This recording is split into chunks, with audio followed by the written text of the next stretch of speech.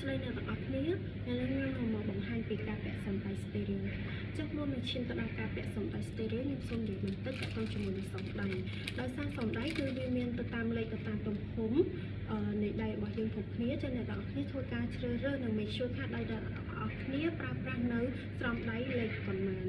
ដើម្បីជ្រើសរើសឲ្យបានសមស្របទៅនឹងដៃរបស់អ្នកទាំងអស់គ្នាក្នុងការពាក់មុននឹងឈានទៅដល់ការពាក់សំដៃ stereo នេះផងដែរអ្នកទាំងអស់គ្នាធ្វើការលាងសម្អាតដៃឲ្យបានស្អាតល្អអញ្ចឹងខ្ញុំសូមនិយាយទូទៅទាក់ទងជាមួយនឹងការលាងសម្អាតដៃមុននឹងឈានទៅដល់ការពាក់សំដៃ stereo ចំពោះការលាងសម្អាតដៃនេះផងដែរអ្នកទាំងអស់គ្នាធ្វើការលាងសម្អាតដៃជាមួយនឹងសាប៊ូនិងប្រើប្រាស់ច្រាសដើម្បីដុសសម្អាតអញ្ចឹងមុននឹងឈានទៅដល់ការពាក់សំដៃអ្នកទាំងអស់គ្នាធ្វើការដោះចេញនូវគ្រឿងអលង្ការដែលមានតម្លៃចេញពីដៃរបស់អ្នកទាំងអស់គ្នាមិនថាអញ្ជៀនឬក៏កងដៃវត្ថុមានតម្លៃផ្សេងៗចេញពីដៃរបស់អ្នកទាំងអស់គ្នាបន្តមកទៀតអ្នកទាំងអស់គ្នាត្រូវ make sure ថាកញ្ចក់ដៃរបស់អ្នកទាំងអស់គ្នាខ្លីហើយយើងចាប់ផ្ដើមលាងសម្អាតដៃដោយធ្វើការបន្សាំដៃជាមួយនឹងទឹកហើយធ្វើការយកសាប៊ូដុសដៃរបស់អ្នកទាំងអស់គ្នាឲ្យបែកពូដោយចាប់ផ្ដើមពីប្រអប់ដៃរហូតដល់កែងដៃនិងប្រើប្រាស់ច្រាសដុសសម្អាតដៃពីប្រអប់ដៃរហូតដល់កែងដៃបន្ទាប់ពីអ្នកទាំងអស់គ្នាលាងសម្អាតដៃរួចរាល់អ្នកទាំងអស់គ្នាធ្វើការលាងជម្រះដៃជាមួយនឹងទឹកស្អាតឲ្យបានស្អាតល្អបន្ទាប់ពីលាងសម្អាតហើយអ្នកទាំងអស់គ្នាចាប់ផ្ដើមជូតសម្អាតដៃរបស់អ្នកទាំងអស់គ្នាឲ្យបានស្ងួតល្អជាមួយនឹងកន្សែងដៃអូខេបន្ទាប់ពីអ្នកទាំងអស់គ្នាលាងជូតដៃហើយអ្នកទាំងអស់គ្នាគឺត្រូវស្នើសូមឲ្យជំនួយការជួយបាញ់អាល់កុលនៅលើប្រអប់ដៃរបស់អ្នកទាំងអស់គ្នាដើម្បីសម្លាប់មេរោគមួយតង់ទៀតបន្ទាប់ពីអ្នកទាំងអស់គ្នាបាញ់អាល់កុលរួចរាល់អ្នកទាំងអស់គ្នាធ្វើការលាងសម្អាតដៃនិងធ្វើការបញ្ឈរប្រអប់ដៃឡើងទៅលើបែបនេះដើម្បីឲ្យប្រអប់ដៃរបស់អ្នកទាំងអស់គ្នាស្ងួតបន្ទាប់ពីប្រអប់ដៃរបស់អ្នកទាំងអស់គ្នាស្ងួតរួចរាល់ហើយអ្នកទាំងអស់គ្នាចាប់ផ្ដើមពាក់ស្រោមដៃ stereoចឹងខ្ញុំសូមចូលទៅដល់ការពាក់ស្រោមដៃ stereo ដោយការពាក់ស្រោមដៃ stereo នេះផងដែរអ្នកទាំងអស់គ្នាជ្រើសរើសស្រោមដៃរួចរាល់អ្នកទាំងអស់គ្នាចាប់ផ្ដើមស្នើសុំឲ្យជំនួយការជួយហែកកញ្ចប់ស្រោមដៃ stereo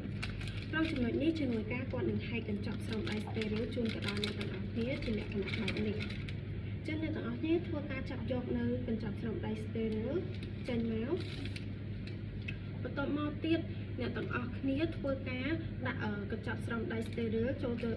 នៅលើថាសស្អាតហើយធ្វើការបើកនៅស្រោមដៃ stereo បន្ទាប់មកអ្នកទាំងអស់គ្នាធ្វើការពិនិត្យមើលឆ្វេងស្ដាំនៃស្រោមដៃបន្ទាប់ពីអ្នកទាំងអស់គ្នាពិនិត្យមើលឆ្វេងស្ដាំនៃស្រោមដៃហើយអ្នកទាំងអស់គ្នាចាប់ផ្ដើមពាក់ចាប់ផ្ដើមបើកនៅកែមសងខាងនៃស្រោមដៃធ្វើការបើកនៅ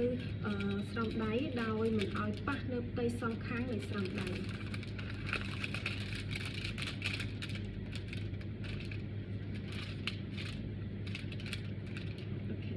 បន្តមកទៀតអ្នកទាំងអស់គ្នាធ្វើការពាក់ស្រោមដៃ stereo ដោយអ្នកទាំងអស់គ្នាថ្នឹកនៅដៃខាងណាជាងអ្នកទាំងអស់គ្នាធ្វើការពាក់នៅដៃខាងនោះមុនចាស្ដីដូចជាខ្ញុំថ្នឹកនៅដៃខាងស្ដាំមុនចឹងខ្ញុំធ្វើការពាក់ស្រោមដៃនៅដៃខាងស្ដាំមុនចឹងខ្ញុំប្រើប្រាស់ដៃខាងឆ្វេងដើម្បីចាប់យកនៅស្រោមដៃយកមកពាក់នៅផ្ទៃខាងនៅដៃខាងស្ដាំធ្វើការយកម្រាមដៃពីរចាប់យកនៅផ្ទៃខាងក្នុងនៃស្រោមដៃនិងធ្វើការលើកដើម្បីបញ្ឈរហើយធ្វើការពាក់ស្រោមដៃ stereo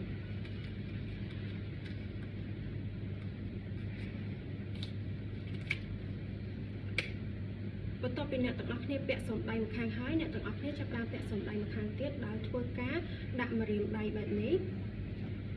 និងធ្វើការស៊បម្រាមដៃម្ខាងទៀតចូលទៅក្នុងប្រអប់ដៃ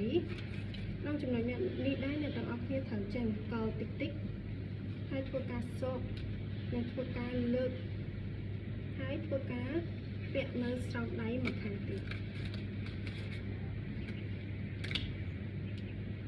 បន្តមកទៀតអ្នកទាំងអស់គ្នាធ្វើការលៃតម្រូវស្រោមដៃឲ្យបានស្មើល្អ